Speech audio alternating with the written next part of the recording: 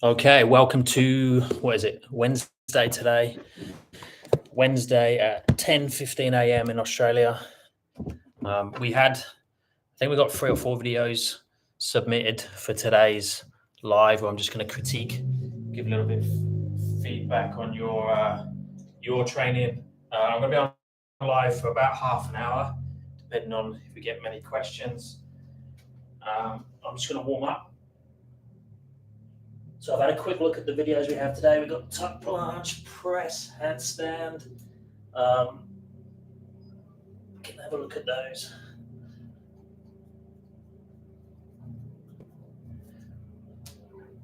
But if you're watching the stream and you want to be involved and send your videos in, this just give you an idea of how I do my online coaching as well. So basically, I write them a program from an assessment, and then they just constantly send me videos, and I send videos back, giving them critiques, giving them feedback, giving them things to work on, and then slowly progress them towards their goals. Let's jump in and have a look at the first one. So I'll just put another post up after this video. I'll put a post up, another one, for anyone who wants to submit videos for the next one.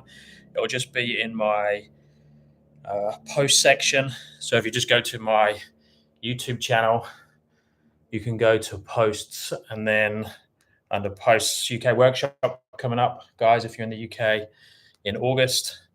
And so there's the post for this one. I'm going to go through the videos we've had submitted. And like I say, I'll put a new one up following this video. Okay, so we have tuck planche. So this is cool. We have 2 variations. So we have banded tuck planche. So we can see there, nice tuck position, knees are close to chest. We've got protraction. We can't see the shoulder blade sticking out, which is great. There is a little bit, you can see the band is doing quite a bit just from where the energy is. So you can try and look at the planche when you view it from the side and see what's the controller. So ideally we want I'm pointing at my screen. There we go. We ideally want the upper back scapula, this rounded upper back position there, to be the main controller in this position. That does all the work, even when we're using band assist. But position's really good. Head position's good. Hips in line with shoulders, and a nice tuck position. Now, the cool thing is he's also sent a video showing his non-banded version. So there's a big difference with this one. So again, we have good straight arms. We have hands nicely turned out. However, now look at the leg position. See how the legs are away from the chest, or the knees are away from the chest. So we'll basically put the knees now in an advanced tuck position. So it really wants to be the other way around. So when we're working the banded version, we can push to a slightly harder progression or do a longer hold time. When we do the non-banded version, we want to try and prioritize getting the toes off the floor in a tight tuck position. So that's the bit that's lacking here, is the tight tuck, and probably the reason that you can't lift your feet off yet. So if we just look at it from a easier point of view for me to demonstrate. So if I'm in a front lever or a planche or back lever, this is going to be my easiest position, but my knees are very close to my chest. So if I'm in a planche there, if I'm in a front lever, you can see that my lever arm is very short, meaning that I'm very tucked in. There's not much sticking out in that direction. If I go to this position, now this is straight away much harder. So advanced tuck position, my back's flat, my knees are in line with my hips. So what we want to do is, when we're doing the tuck planche and trying to get our first one without our toes on the floor, we want to be practicing in this position. So what I'd recommend you do is do exactly the same as you're doing, but now, instead of trying to lift your knees off the floor here, or lift your toes off the floor there in that tuck planche position, we walk all the way into this tight tuck and then into that position. So see, my knees are right on my chest. So all that is just making the tuck tighter, and you're going to find it much easier to float the toes. But great setup, great shoulder position, great straight arms. So something that's unusual is to have really nice straight arm position there. So that's fantastic. So all it would be making that tight tuck, and then the toes are more likely to float off. And it's going to be easier for you to progress to a full tuck planche. Okay, next one. I am 60 and just started working on my first 30-second handstand. Believe it or not, I've gone into trying handstands to relieve back pain. Your videos have been extremely helpful. Fantastic. Glad they're useful. Guys, just check this out. So really cool position. 90 degrees at the elbow. Base doing all the work. So we're going from a crow up to handstand and back down again with amazing control. Now, the movement itself, see how it's segmented? So we've got knees come off, shoulders stay in position, legs go up, then we extend. So from an efficiency point of view, that's probably one of the hardest ways of doing it. To be even harder would be to drop the shoulders down lower, then hold and then go up, which is where most people get stuck in this position. So a lot of people can do this movement, but they make it so hard for themselves that they're stopping themselves from actually getting the crow to handstand or the frog to handstand. So all I would do here is take the shoulders down a little bit and the hips up at the same time, so you get that like seesaw type movement. So let's mimic it exactly the same on the bars. So we'll set up. And one of the cool things with learning to handstand, if you have this type of strength, is that your energy is going up to your handstand, not over. A lot of times when we kick to handstand, we go in this direction and hit into the wall hard, or we kick up freestyle and try and go like this. If we have the strength to press up, whether it's bent arm or straight arm, we can take our energy up and handstand balance on top of the base much easier because we're not going sideways. But let's look at this crow position to handstand. So at the moment, he's 90 degrees at the elbow here, bringing the legs up to this position so you can hear my voice. That is the hardest way to do it. Now, it's easier from a balance point of view in some ways because there's not so many moving parts. We're not going quickly, but it's like segmented. Each section is working by itself. If I use more of a shoulders down, hips up, and roll up, it's going to be a little bit easier. So now watch. So shoulders are high, hips are down. Shoulders come down, hips come up. Now see the difference? See how easy I go up to my position. Now, we don't want to go too fast with that because it can throw us over really quickly. So we need to go a little bit slower, but have the movement where the shoulders come down, hips come up, legs go on top. And then we can go up from there. But like I say earlier, the cool thing is learning to handstand from that allows you to come down, up, and now I go up to handstand and look like a balance there. Using my shoulders, using my arms, bent arm, shoulders forwards and backwards. My hips and my legs are just doing as they're told on top. At no point do the hips and legs take over. But fantastic work already to be able to get up out of that position, segmenting it like that, splitting it apart and going slow. Super impressive. Let's see it one more time.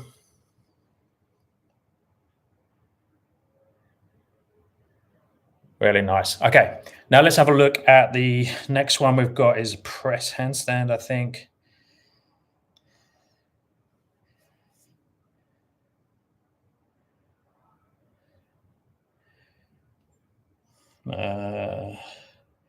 Okay, I'm 41, working towards a straddle press. This is my current negative, assuming it's mostly pancake and compression that are my issues. Can just about get forehead to floor in pancake, but it's absolutely max effort. Would appreciate any advice or tips. Love your channel. Yeah, obviously, straddle flexibility is key. So we need to work on that from a mobility point of view. However, we can take this handstand and take it all the way down to the floor with the toes, nice and controlled, with the flexibility you currently have, especially if you can get forehead to the floor in a straddle pancake. So all we need to do is get a little bit more crafty with the articulation of the spine and then the bending of the legs as you come down. And even, depending on where your strength is, a little bend in the arms as well. So basically, you've got two ways of looking at things. Is you can go, okay, where do I want to be in 6 months? What are the things I need to work on? So flexibility, the pathway would be things that you can do over time. Obviously increasing balance makes it easier as well. But there's also what do we have available right now that we can change and make the movement a little bit more cleaner and fill the gaps. So the gap I see is this from there to the floor. So you're getting around feet in line with hips, and that's where it sort of becomes a drop down. So all I do, and you might need to use the wall a little bit for this to slow it down if you don't have the control to do it, is we're going to do exactly what you've done. And then I'll do another one showing the articulation of the spine and bending the legs a little bit. So what you're doing at the moment is you're coming from handstand here. So good balance, open into a really nice straddle. Hips or feet get to align with the hips there, and then that happens. So too much weight comes this way, not enough goes that way, and then we just come down fast to the floor. So if we do exactly the same thing now, but as I come down, so I get to where you get to, but now look what happens. I bend the knees, bend the arms maybe a little bit, and now I can come down to that position. So I brought bits this way, hips, spine, shoulders, and then I bent the legs a little bit to bring the lever arm in, which allows me to roll. The more I bend my knees, the more my spine is going to be happy to go into flexion. If that's too challenging to coordinate, do exactly the same here. Come into your straddle, but now butt to wall, and then low back to wall, mid back, upper back, and come down there. But with very, very light wall assist. Don't be leaning on the wall. You don't need to do that. Some people who are learning the eccentric need to put everything against the wall first to be able to roll down from the top down. But the downside of that is it puts so much weight onto the wall. Your variation, because you've got good handstand balance already, we can layer just very light assist onto that. And then I'd also be doing partial range press handstand. So feet up on a box or the couch, and then lifting your feet up. Again, bending the knees if you need to. Obviously, when I'm giving these feedback, when I do online clients, I'm assessing everything before I give the feedback. So I know where their flexibility is, I know where their strength is, I know where their balance is, and then it's much easier to critique. Some of this is guesswork because I'm only seeing, one video. Okay. Now I think we've had an extra one come in once since we've been live. Diego, yes. Hey, Paul, how you doing? Just uploaded a new video for the one-arm working sets. Okay, let's have a look. So we've seen some videos previously from Diego. Let's see. I'm trying to apply the concept of working sets that I've heard from you. Basically trying to hold at least 5 seconds. Does it seem correct? For now, I can do 2 to 3 sets of that twice a week because I can't really fit in more days at the moment. Okay, let's have a look. This video is not available. So I can try one more time, but your video is not shown at the moment. So I'm going to stay on for 15 minutes more. So if you can upload another one, or just maybe it might be the permissions on that video. Yeah, so again, the same, this video is not available. Okay, double check, see what you can do with that video link. Any other questions while we're on?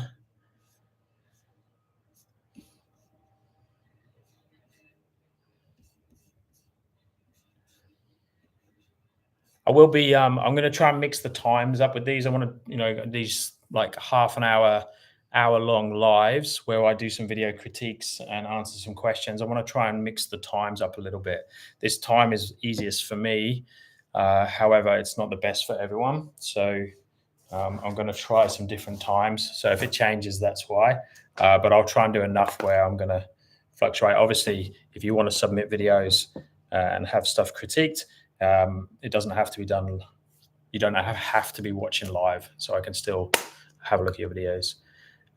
Can one arm push up help in handstand push up press handstand? It's like upper body strength. I can do a one arm push up because of my other calisthenics type training. Everything carries over a little bit. However, handstand push up and press handstand is really about balance and more like vertical push. where the one arm push up is horizontal push, is upper body strength, it's calisthenics, it's closed chain, meaning that the floor doesn't move, you move your body. So there is some similarities, but the biggest thing with handstand push up and press is the balance aspect and understanding body positioning. So taking enough weight forwards to counterbalance what's behind. So yes, there would be a slight carryover, but I definitely wouldn't put one arm push up in a program for a handstand push up or press handstand. I'll be training more things like pike push ups, chest to wall, back to wall, handstand push ups, obviously handstand balance, and then press handstand would be a lot of mobility, and then like the eccentrics, like I just demonstrated.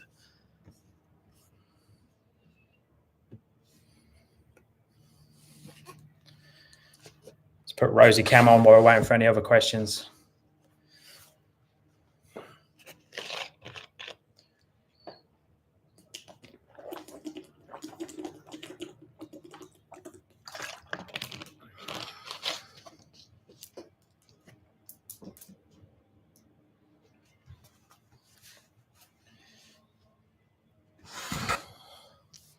I know it's always press more with one arm in handstand, like my weight is on my left more than the right for some reason, even with wall. Any suggestions? No, I wouldn't overly worry about like that. It's the same as if you go into like a straddle handstand and one leg is down a little bit compared to the other. We always have slight imbalances throughout the body. When you're standing, you've probably got more weight on one side than the other. As your balance gets better and better, you'll notice things like that less because the body will just sort itself out. Just make sure you've created enough space. So don't have hands really close together, especially when you're learning to handstand. Have a little bit wider, turn the hands out slightly, and you'll probably find that will sort it out.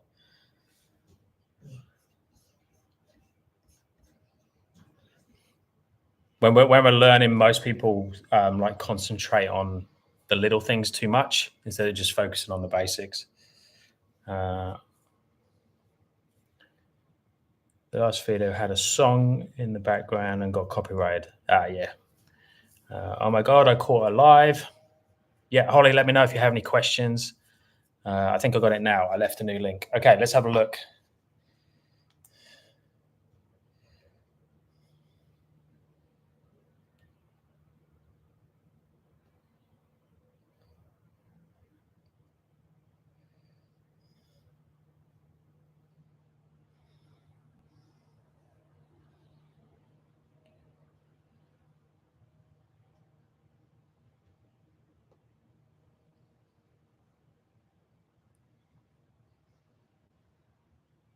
Okay, new vid. Here we go.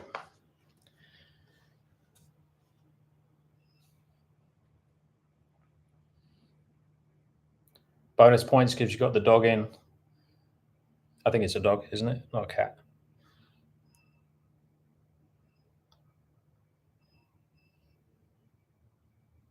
Yeah, nice.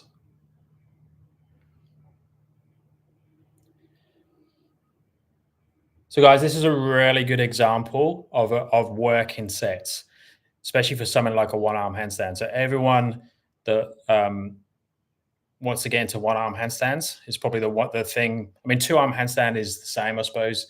A lot of people spend way too much time kicking up in the middle of the room where they need to be doing the repetitions close to the wall, the heel pulls, the toe pulls, the back tools, the chest tools, those type of things. And then once they've done all that, add in a little bit of freestanding work. Exactly the same with the one-arm handstand. Go into a position, hold in, and returning back. So this is perfect. What I recommend you do is have do your working sets like that. Then once you've finished your working sets, have a little bit of play of trying to get up onto fingertips and just have like a little bit of an assessment at the end. So you'll do this type of stuff, like exactly what you're doing, returning to your two-arm handstands, which is perfect. So you'd go over, straddle, go over to one side, hold for a few seconds, show control, come back, do the same on the other side, come back. But then what I would do is once you finish those working sets, have a play of going to that next stage. So trying to get up onto fingertips, and you might fall out. But it doesn't matter because you've done your working sets. So reward the working sets with a little bit of play And then over time, you're going to progress the working sets to harder and harder variations until you actually get fingertips as your working sets and so on. So, but that's fantastic. I think that's really, really good. In terms of consistency, you've said I think 2 or 3 times a week. I think you've said ideally, I know it's like hard to fit in, but just try and find, 10 minutes to do a quick wrist warm up and try and get a few more sets in throughout the week. If you can get to 5 or 6 times a week, you're going to be much better off with something like a one-arm handstand. Just that little consistency, 10 minutes, 20 minutes, whenever you can, before other training, whatever it is, at home. Just try and get in as much as you can. Consistency is key. And then, just trying to get as many sessions as you can.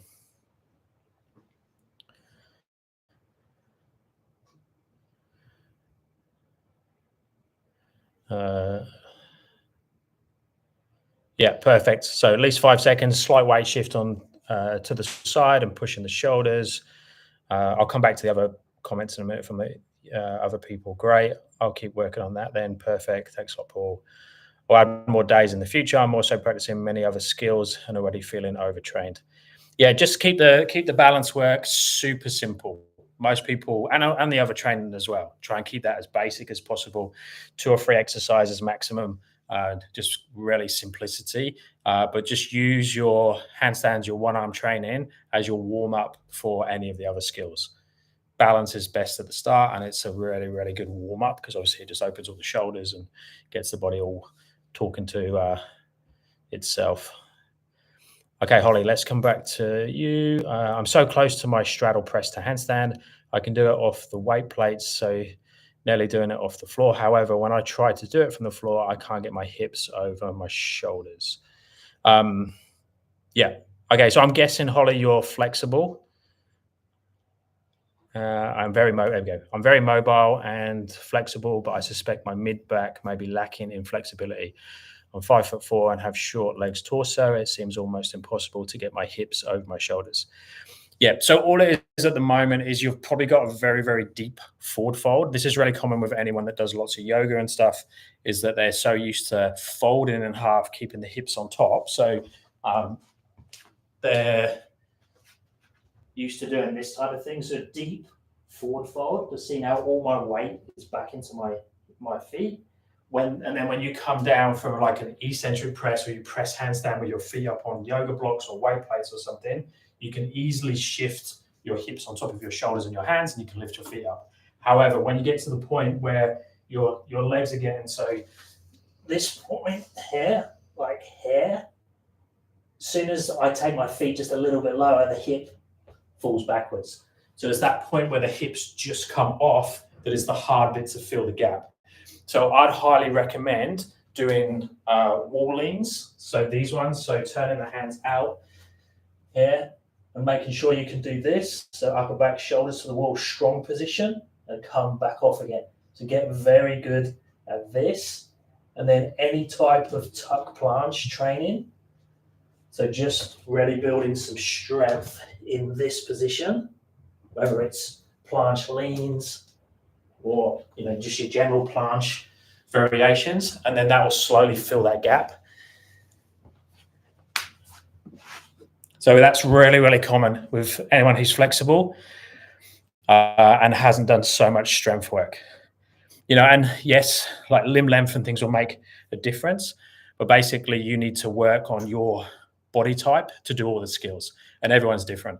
So everyone has pros and cons depending on their body type. I'm very strong for my size because I've got short limbs.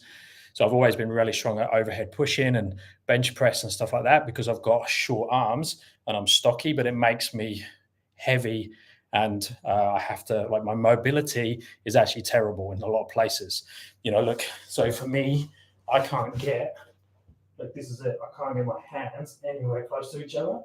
So I'm limited in certain movements. My hips are the same. I've made my hamstrings long, and I can get like flat and pancake through forcing myself into the position, but that's my limitation. So I've had to work around that. So everyone's the same with that. But hopefully that makes sense with the press handstand.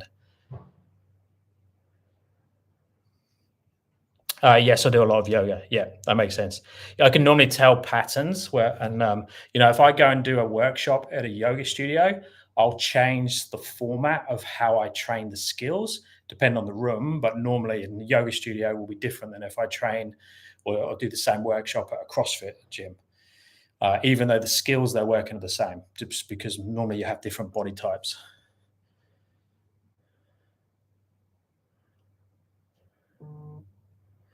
Yeah, practice that wall drill, Holly. That one I just showed with taking the shoulders on and off. Yeah, really have a play with that. That will highlight some gaps there. I'm always experiencing forearm pain when pushing for overbalance. Do you have any tips for that issue? I'm not that heavy. When pushing for overbalance, so if you're rocking really far forwards. So one of the things you need to think about in balance is we don't actually need that much overbalance. So, when we're standing on our feet, at no point are we really leaning loads of weight into our toes and leaning far forwards. We actually sit back into our feet a little bit more and we use our underbalance way more. And if you watch my balance videos and my own personal demonstrations of all the exercises, you'll notice that I'm way back in my underbalance 99% of the time.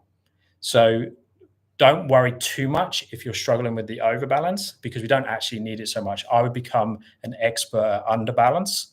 So just get really good at toe pulls, get into a position where you can hold a handstand here.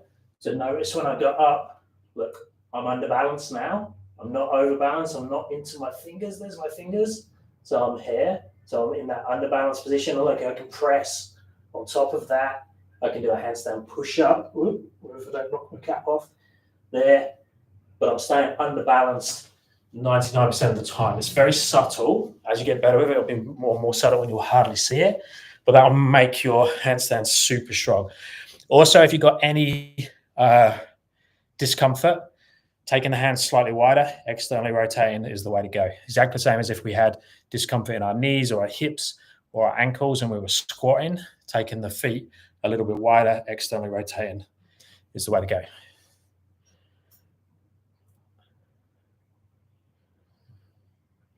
Question for you. Apologies if there's a video on this, but what made you start your handstand journey? How was your experience learning as a complete beginner? I've always been able to handstand for around 8 to 10 seconds as a kid. I used to always play around on my hands and do that type of stuff. When I was 37, I saw Ido Portal in a one-arm handstand, like a picture of him. And I was like, okay, I want to learn that. And I was doing CrossFit, doing weight training, like standard weight training. I had my own personal training studio that focused on corrective exercise at that time. But once I saw that picture of Ido in that one-arm handstand, that was it. I got fully into, okay, I want to learn this one-arm handstand. And then from looking at what Ido was doing, and that was just when he was bringing that movement culture type stuff, all the gymnastic strength training more into the standard, into the gyms. So everyone was starting to see that style of training.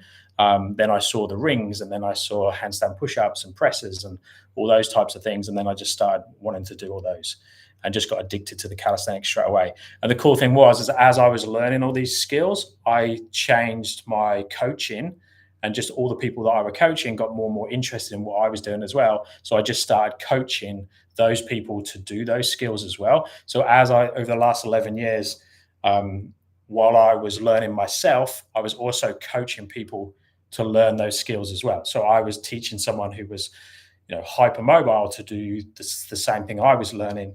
The person that was strong, the person that was new, the person that was, all the different body types that I would normally handle as training, normal personal training, I brought along with my journey as well. So it was a really good way for me to learn all the progressions and regressions of all the exercises. And then I was demoing, for me, some of the easier stuff as I was doing the harder stuff, which then filled all my gaps that I didn't know I had. So it worked out really, really well.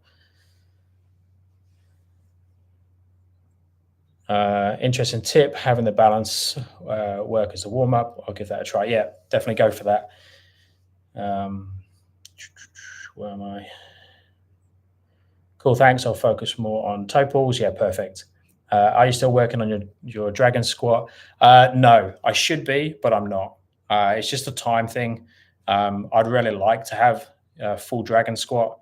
I could probably do an eccentric if I raise my foot up high and do a lot of dorsiflexion. But I've got probably 3 clients at the moment that are working towards dragon squats. 2 of them have just about got them now with just a very slight heel lift. Yeah, it's it's a great one to work on, but it's time consuming if you've got tight hips. One more question. Are the shoulders open or closed when you start the press to handstand movement? I know shoulders should be open once in the handstand, but I'm unsure of the press portion. So yeah, just I think underbalanced. So I would say as you start to go into your press. So think if you're talking about straddle, a straddle handstand has pretty open shoulders. So if we look at shoulder position here, see I've got pretty open shoulders in my straddle. In my straight, my shoulders probably come forwards a little bit more, so I close them slightly. But then when I go into my straddle, my shoulders open. But then as soon as I turn over here, now my shoulders are closing. Close in there, stay closed to there. Now they open back. But I wouldn't try open, and I would actually, for you, especially being more flexible, I would keep them quite closed all the time, because that's going to really control your position and not allow your hips and your legs to get too far over the top and knock you out. Because most people that are flexible will tend to open their shoulders too much and their hips will go over the top, and then they'll feel top heavy, especially if they're doing like pike press type movements, because the hips like to sit up and over for the flexible person that has really open shoulders.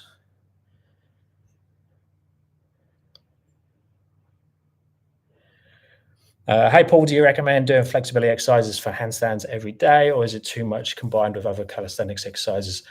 I would 100% visit your postural tightnesses throughout the day. And don't think about it as you're doing stretching. Think about it as you're just visiting positions. So I'm sitting in straddle right now. I'm in the straddle position now, but I wouldn't count this as my flexibility work. But once I've finished this live, I'm going to go into my online critiques for my online clients, and I'm also going to be sitting in straddle while I do that on this floor, working on my laptop. So I would look at that in terms of your stretching, is visit positions, try and work out how you can visit them constantly throughout the day. So if you want to improve your hamstrings, whenever you put your shoes on, whenever you clean your teeth, whenever you're boiling the kettle, do a hamstring stretch. But if you're very tight and you feel your spine when you do that, you just need to make sure that you're doing something that's relatively easy, but because you're visiting throughout the day. And then have other times whenever you're on your resting periods of strength work, again, just sit in those positions again to slowly increase the range of motion. I would hang every day if you can. So hanging is just obviously really good for opening up the upper back and just lengthening the spine. And most people need to do some sort of thoracic mobility every day, but it might be just laying on a long foam roller or just laying on the floor on their back and trying to lengthen their spine, depending on what your body's capable of flexibility wise. If you're doing things more regular, the intensity needs to be way lower. If you're doing things once a week, the intensity needs to be much higher, but it probably means that people will do really hard flexibility session and then they'll be sore for 2 days from their stretching. I prefer to visit positions way more often but a lower intensity. So yes, but just be careful how you do it for your body type and make sure that you're slowly seeing progress and not getting pain or discomfort from your stretching. Thank you. You're awesome. Thank you very much. How long have we been on? We've been on 35 minutes. Any other questions before we switch off? Like I say, I'm going to be doing these lives way more often. It's much easier for me to do. Trying to fit in all the editing for YouTube videos and stuff is a challenge. So if I can do these live and help you out, I've got all my, all my library of videos. If any of you use my app as well, I have all my videos plus more on there, and they're all easily searchable on there, and they don't have all the ads and stuff. Yeah. So, and I'll put up the post as soon as this finishes for the next live, and you can just put your videos on there if you want me to critique your videos online. Just a little bit of information helps as well about like what you're working on, what's your history, any issues or any questions. So that'll be in the community post. If you wasn't there earlier on the live, it's this. So on go to my homepage on YouTube, and then it's the posts. Whoop, there. It's mirrored, I can't get it. So there, and then it will look like this is the old one. Can't I do that? So that's the old post. It will look like this.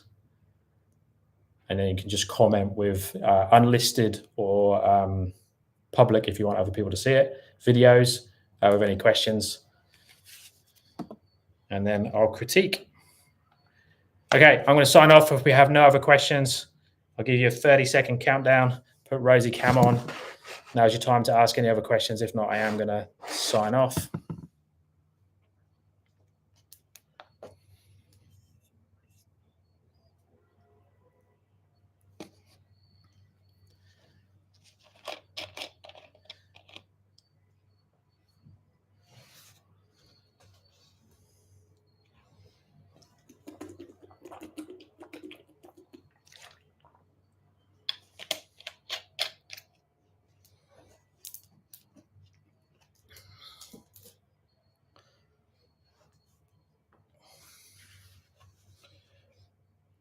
Thanks again from Colorado. I'd love to go to Colorado. So many places that I don't visit. The issue with having family in the UK is whenever I travel, especially because we've got 6 kids, so whenever I travel, it's expensive, and we always do a big trip to the UK to visit family. So going anywhere else, especially when it's a distance, is a challenge, time-wise and money-wise, because that all goes to the UK trips. Talking about the UK trips, none of you guys are probably there now because you'd be fast asleep or it would be middle of the night. But I am there in August. I'm doing the workshop on the 10th. There's still some tickets left. As soon as that one fills up, I will probably put on another date, maybe the Saturday, because that's the Sunday, which is the 10th. And I'll be in CrossFit Nottingham. Yeah. So you'll find it in the description, and I've got a post as well, links to that. Okay, guys, I'm going to sign off. Speak to you soon. Keep training hard. Keep consistent. Bye for now.